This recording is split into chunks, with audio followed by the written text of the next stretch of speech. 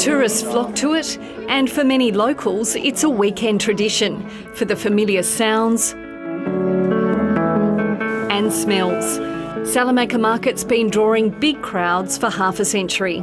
Having a market that's so diverse, so authentic in one of Australia's most beautiful historic streets just really showcases who and what we are as a city.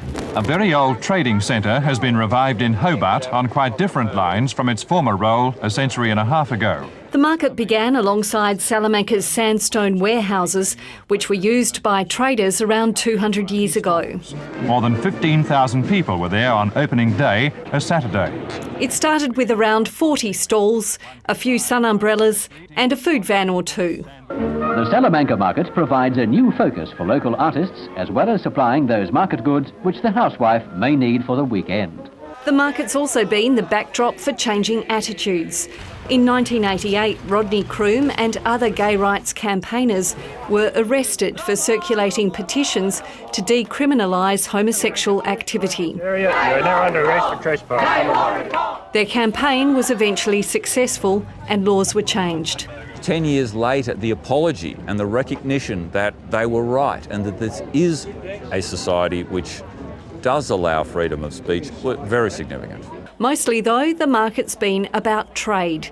For Megan Graham, it's provided her with a creative outlet and a livelihood. I've met people from all over the world, so even when I'm not travelling, I've got travellers come to me. It's meant that I can support my family by myself as the sole parent. Emma Hope's mother was one of the original stallholders, and she's carrying on the tradition. So it's really in my blood, and the market is so much more than just an income and a financial thing. You know, the stallholders have a great camaraderie. 2 years ago, for the first time in its history, the market was closed for several months due to the pandemic, and many businesses here are still recovering.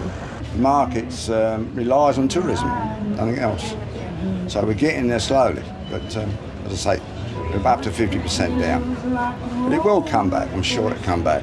With borders now open and visitor numbers building, in time the pandemic is likely to be another chapter in Salamanca's long history.